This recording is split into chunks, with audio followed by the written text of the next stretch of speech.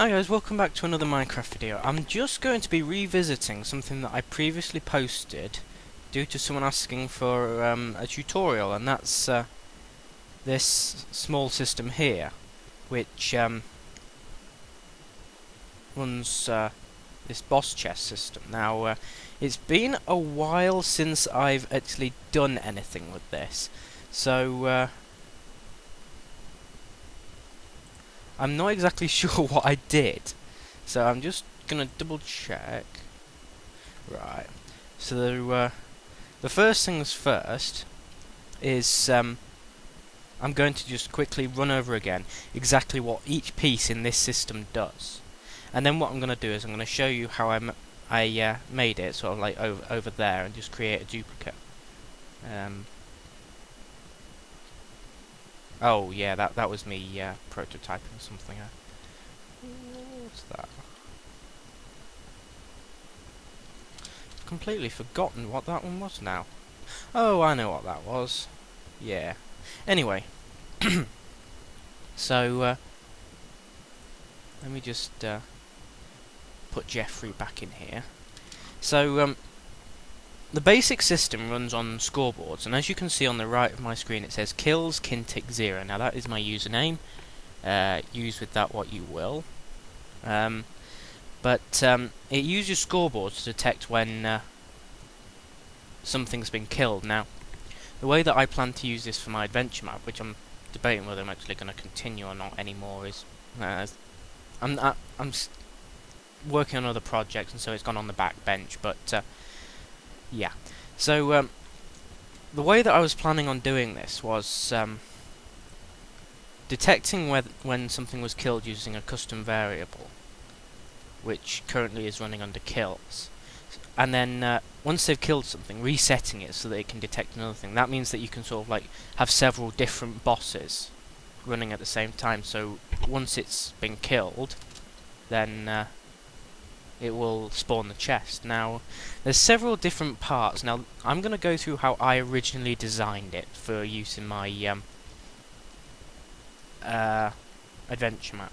Excuse me. Not exactly 100% at the moment, but yeah. Ooh, excuse me. Yeah, glass of water. Okay, so this is testing for a player within these coordinates at radius 3. Now, I'm just going to put my F3 up, so that's 618.56.556. Now, that's pretty much within this area, so they have to be within this area, else that will not trigger. Now, that was something that I just planned to put in. It's not technically necessary. You could just use this clock here. This is a clock. That's a clock. You can read up on clocks on the Minecraft wiki and stuff. I'm not going to be going into what they are here because this is a bit more advanced and stuff. And yeah, so when it detects a player within there, that will trigger on, which will allow this clock to tick. Now that is then ticking into this command block, and that's the thing that checks to see if the scoreboard's changed, so you've got a kill. Now, I'm not sure how much people know about comparators, but when you use the test for command, it will, if it finds a player within those parameters, it will output a signal there. And when it doesn't anymore, if it's on a clock, then it won't. If it's not on a clock and it's sort of like done with a button, then that will stay on until the button is pressed again. So it is useful to have it running on a clock, even though the clock lags, which is why I've got this first one. So that will constantly tick around, sort of like that's the main sort of like game clock, and it will tick into other things. So depending on how many bosses you have and stuff, depends on sort of like how that goes. I mean, there's loads of people who are way better map makers than me who might find better ways of doing it. I'm just at first going to go through how this current system works so that you can understand it before I go into the MC Edit stuff with all of this. So once it's detected that, then it resets it to 0, and because it's already past that, it doesn't matter because the signal will go through. Excuse me. Now the signal then goes into this. Now this contains a bucket. Now that's a dispenser, and it will dispense buckets of lava when powered, not powered, powered, not powered, which is why that's constantly jittering, because it's constantly being destroyed but constantly being replaced by this. Now it's been a while since I've done this, so the timings on this won't be 100%, but the thing is, you need to have that spawning quite quickly. It's the time on this that you need to sort of like seriously think about. So that one needs to spawn quickly. That's a spawner minecart spawner, and that one is a chest entity spawner, and that's what spawns this with that in it. So the best thing to do when building this is to actually work backwards. And that might sound a bit weird, but I'll explain why.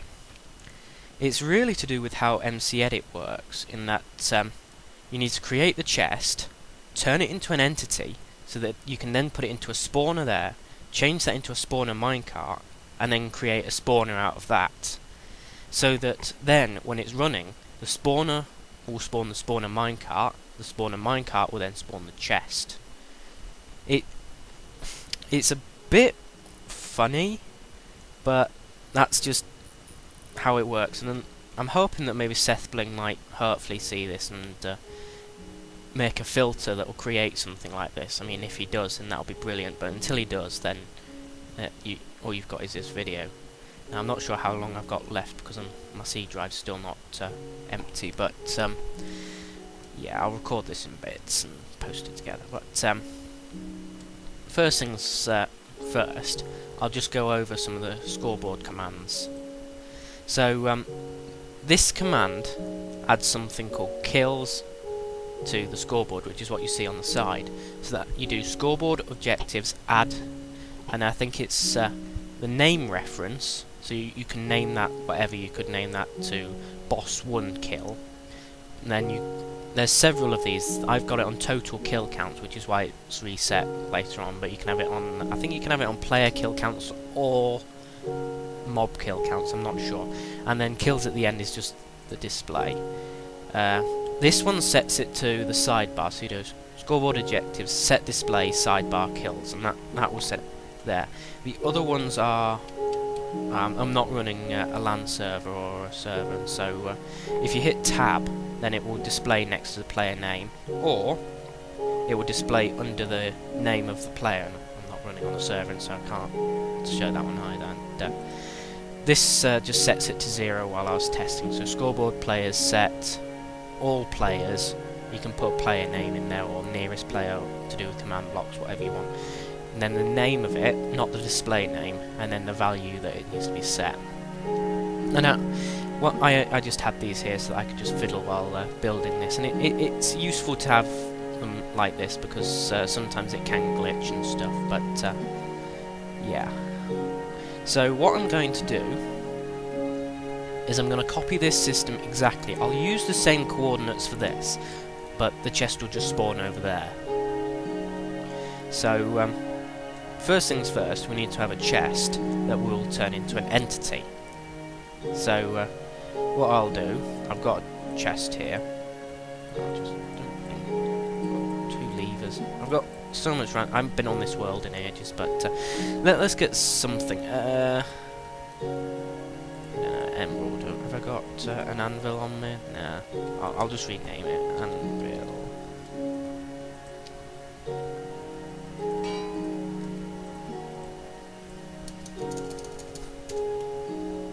Oh, coming up with names, I'm useless at this. Fish. Right, so get rid of that. Okay, so we'll just come over here. That's just so that once the chest is not there, we know where it will spawn. So we'll put fish in the middle. You can have anything at all in the chest. It's completely customizable up to the boundaries of your map. So I mean, for that one over there, I just put a diamond sword that I'd renamed.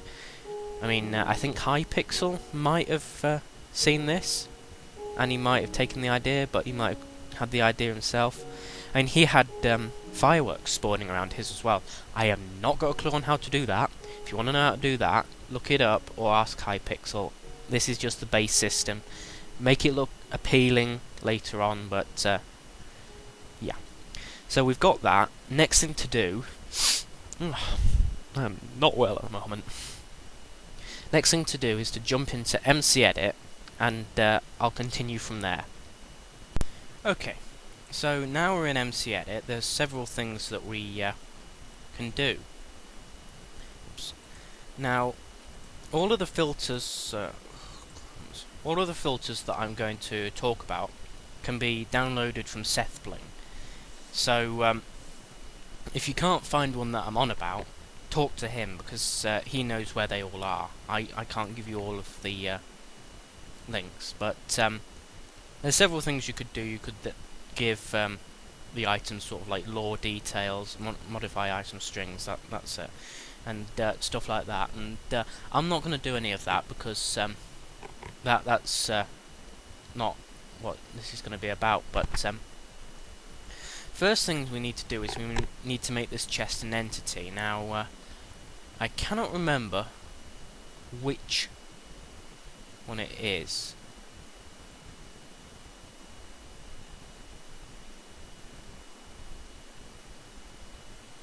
So, just give me a minute. Sandify, that's it. Now, that basically turns any tile entity into a falling sand entity.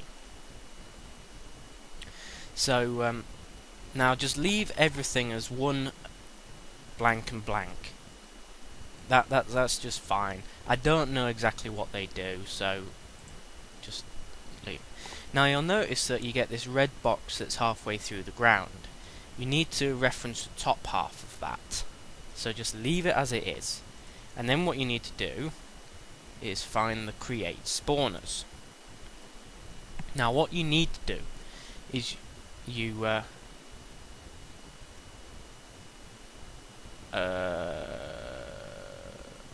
think I've done something wrong here.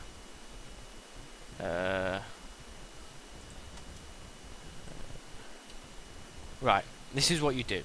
You click and hold on to nudge, and then you move it to where you need it. So you do not put the spawner on the point where the entity is going to be. So what I'm going to do is I'm just going to nudge it this way a bit. I mean, you'll put it behind a wall or something where it's not going to be seen. So yeah. Right, so next what we do is we go to filter, and you need to click include position data, because this is where the spawner minecart is going to be spawned. And so when the second spawner spawns the spawner minecart, it looks for this position data so that it can create it. So just hit filter. Sorry, I'm eating Tangfaster, shouldn't be doing that. And now you just have a spawner. Now that will create the chest just like any entity. So I've done this wrong, haven't I?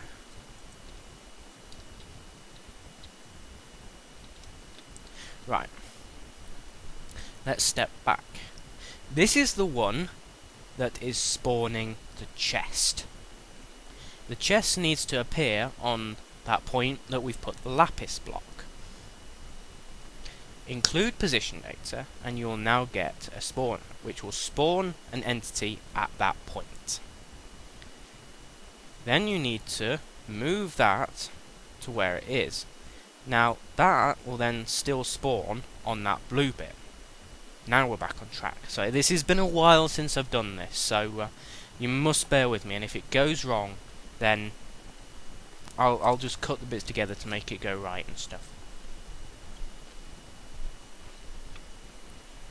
Now, what we need to do is we need to turn this into a spawner minecart, which in itself is another entity. Now, what you need to do then is just click spawners into minecarts, and it'll turn it into another entity. Right, So now we've got that spawner minecart, we need to then turn it again into another spawner. Now this is a spawner that's going to spawn the spawner minecart. No, we don't want that one. Where's the create? This list is not exactly organised the best.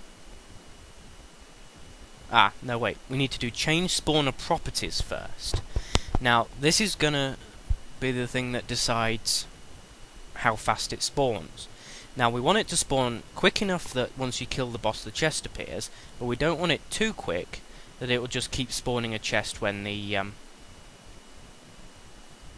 when it spawns and it gets destroyed. So first thing we need to do is we need to set entity cap to 1 so that it only spawns one chest. Detection range is how far away from the spawner the player has to be, and it's good to have the spawn radius at the same amount, just so that it can actually reach the point it's meant to be spawning at.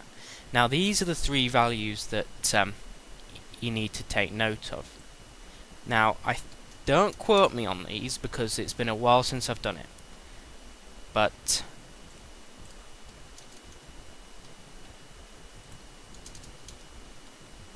they're the values that spring to mind. Now, minimum spawn delay is 10 ticks, maximum spawn delay is 20 ticks, and current spawn delay is 15 ticks, and I think that that one's a random one between that. And that should allow it to spawn quickly enough, but not too quickly. Now, if you've got the same values as I've got here, you should, in double quotes, should be alright. So I'm going to hit filter again, and that's changed the properties. Now we need to create spawners again. Where's the bugger gone?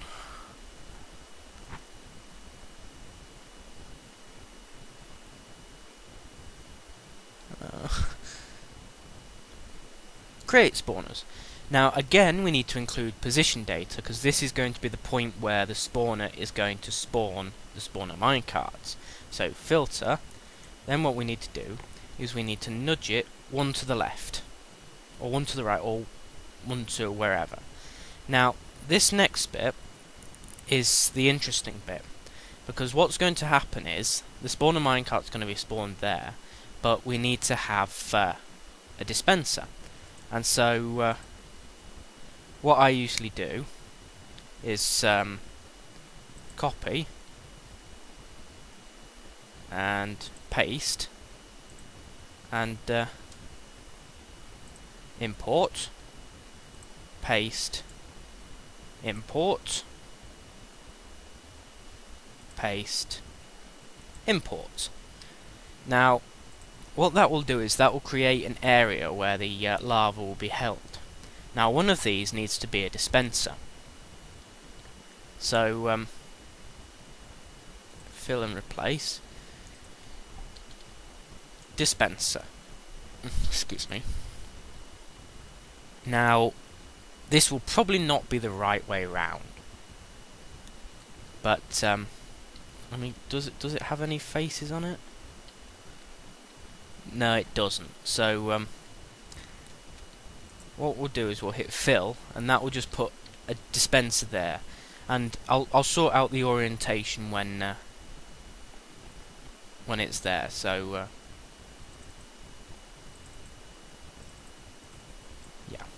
So what will happen is a spawner minecart will be spawned in there, and what we want is for it to be immediately destroyed until we've got the dispenser set up. So what we're going to do there is put another block in the middle, but change that to lava. Now I think that's the one that we want because we don't want it flowing.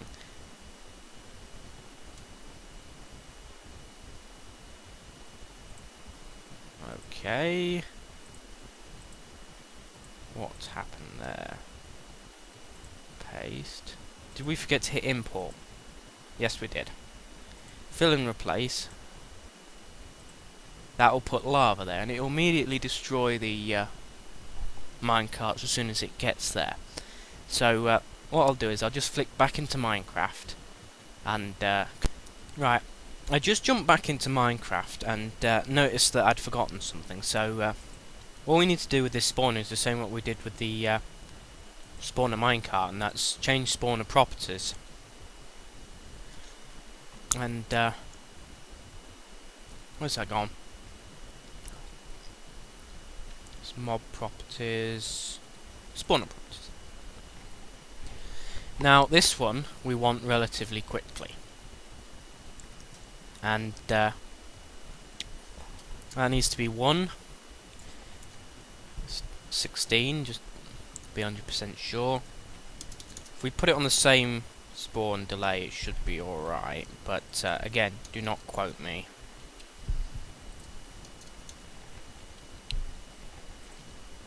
And that should spawn it quickly enough. Now, dispenser is the wrong way around, and I'll just just quickly sort that out. I mean, if you just fly over the top of the lava with a dispenser in hand, destroy it and quickly replace it. You might need to try it a couple of times because it can now face upwards, but yeah. So I'll just quickly flick back into Minecraft. If you see me in MC Edit again, you know that I've ballsed it up. Okay, so now you'll see that we've got it alright. I've sorted the orientation of the dispenser out, and now we're going to be getting into the fun stuff where it'll actually spawn the chests. So I'll just flick back over here. Now, currently, when you pulse this with a redstone signal, it will change between having lava and not having lava. Also, when you're far enough away, it won't bother actually spawning these at all, and so it won't cause lag as soon as you get into distance. So that's just a nice little Minecraft feature there. But what I'll do is I'll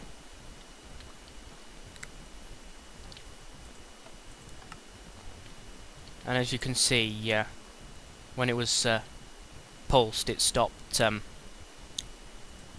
doing that. I'll just pulse it again, and it goes back to that. So that's the basics of the chest spawning. And so what we'll do is it doesn't entirely work when you put a repeater straight into it. You need to put a repeater into the block next to it. Don't know whether this has been fixed. Currently works on that one over there, and so I'm just gonna leave it. So now we're gonna get into our redstone stuff. So blah that, blah that. One of them, and oh, I've forgotten the bucket. You need to put an empty bucket in here.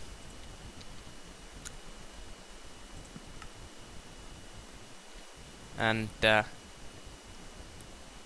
obviously we've got the timings wrong, because yeah, but if you refine the timings, then it won't. And you can see it keeps the name fish as well, so that's not bad. Actually, what I'll do is have a pressure plate. Yeah. You just need to make the spawn delay on this one a bit shorter, but it'll need experimentation. Like I said, I hadn't done this for a while, and I only remembered the ones for that one. And I think if you put it between 5 and 10 and have it as 7.5 for the or 7, because I don't know if you can do half numbers, but it should be alright. But just play around with it until you get it right, and I'll just set that back so that it's like that. Get rid of that, get another fish. So yeah. Now that's effectively all of the MC Edit stuff done. Now we've got this area here, and I'll just go on to that in a minute. But what we'll do now is we'll do test for player score kills min equals 1. So let me just get command block. Test for at p. Knew that there'd be a problem. Score underscore kills underscore min.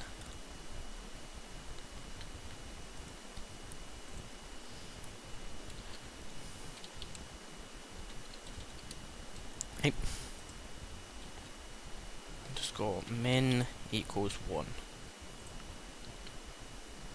Now we need a comparator going out, and get rid of that. And so we now need a clock going into this. So is it about to rain or is it getting dark? Now the cat has wandered in, just what I need. Okay, so let's just get a basic clock.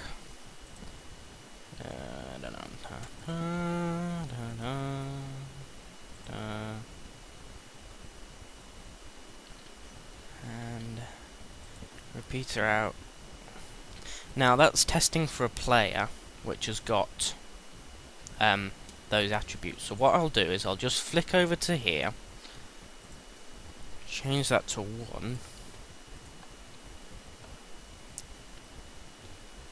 and as you can see, it's detected that I've got 1 kill, and so it's pushing it out there. But because it's only detecting 1 player, it only goes 1 block. Now you can use this to your advantage. So if you wanted to have it as loads of players, sort of thing. But the way to sort of like get around this, if it's just 1 player playing your map, is just to put a repeater there, and then it will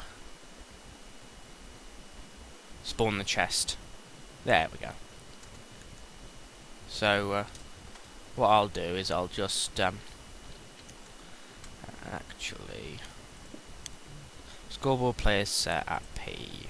Scoreboard players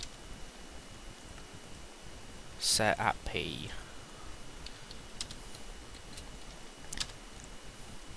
Kills 0. Need to shift and place. Excuse me. Ugh.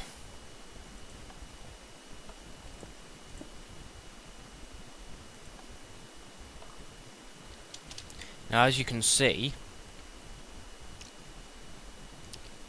it's no longer detecting 1, but it's still there.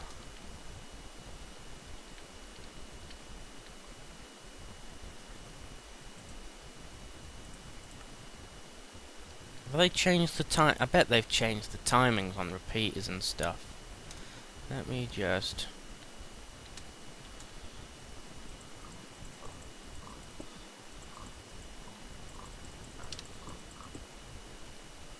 No, no, the pig is out. The pig is out.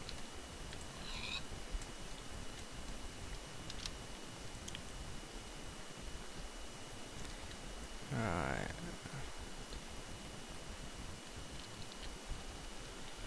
Okay, minor glitch there.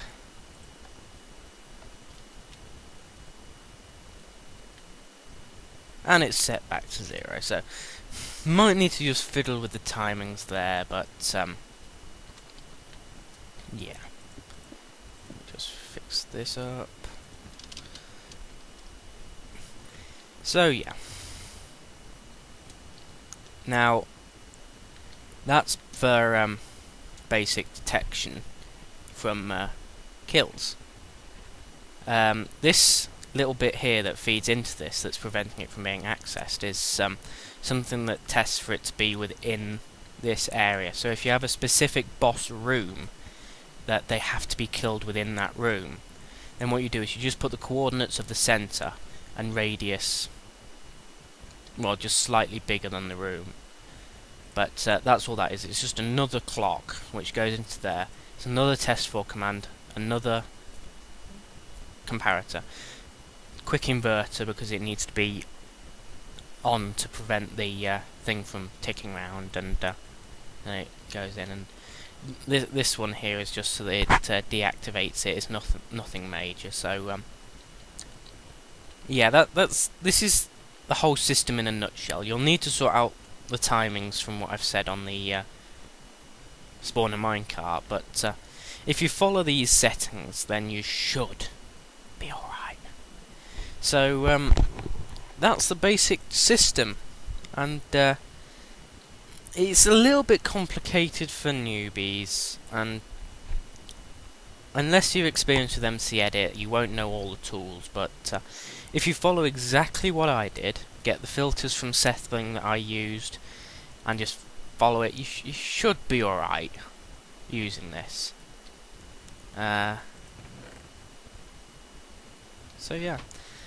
I know last time I didn't do much in the way of what's in this world, so really get rid of that. That's something that I'd planned for my thing. What was this?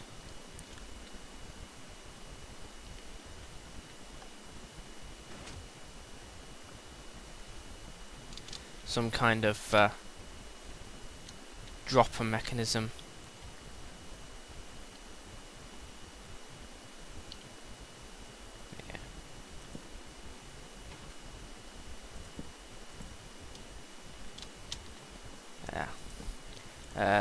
That's something to do with beacons. I'll just see. Yeah, you've got to be within a certain range, or the beacon won't go off. Playing a bit with something that I saw on Jeb's Twitter. Oh yeah. Oh, it doesn't not work anymore because they changed them. I remember that was a working sort of like snow hourglass sort of thing. Oh, weird things there. Another portal. That's what's been keeping my world lit. It's just a daylight sensor. When it gets to a certain point, it triggers this and it just sets time set day. This is something that I saw on SethBling's channel, and it's sort of like real analog sort of like thing. I'm not going to go into it because I haven't got a clue how it works. I built one half of it for myself using comparators, but yeah, you'll need to speak to him. Now this is something that I was developing a bit of a while back. Have I got it set on peaceful? Yeah, let's just... Now, what it is...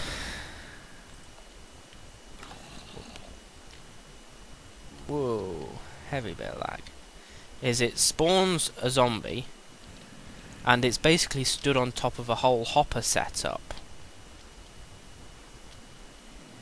And, so yeah. Now, I did have a tripwire system set up in here before, and I'm not sure whether that's working, but yeah, I'll just leave that. This is a random thing that I was working on. It's tileable. It was sort of like a kind of adder device. It's got two daylight sensors connected up, but you can have sort of like maybe a trap chest or something. It was just something I tried to fiddle with, maybe to sort of like add signals together. It didn't really work. Sort of like hopper filter, just put something in the top, goes through the hopper, filters into the bottom, lights that up.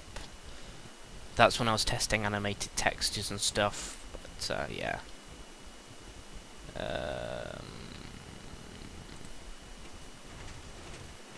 Oh yeah, Sandwave.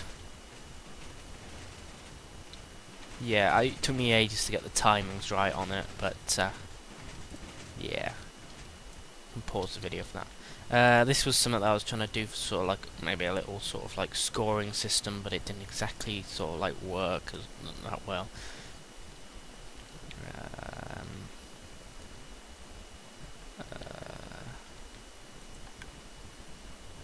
That was when comparators used to cause that rapid firing bug. I was playing around with that. What else have I got?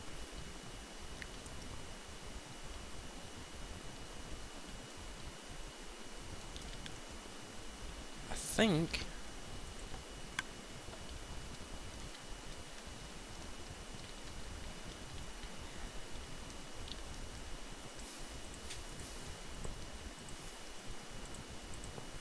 that this is a lightable fireplace.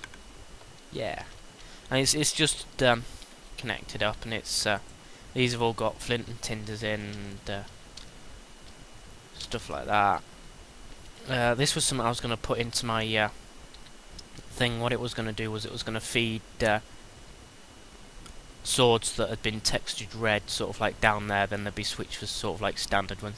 Sort of like hot quenching, if you understand what that is, sort of like processing sword making, but the timings weren't right and it wasn't going into the hoppers properly, so I just left that there, but that's what I've got in my world.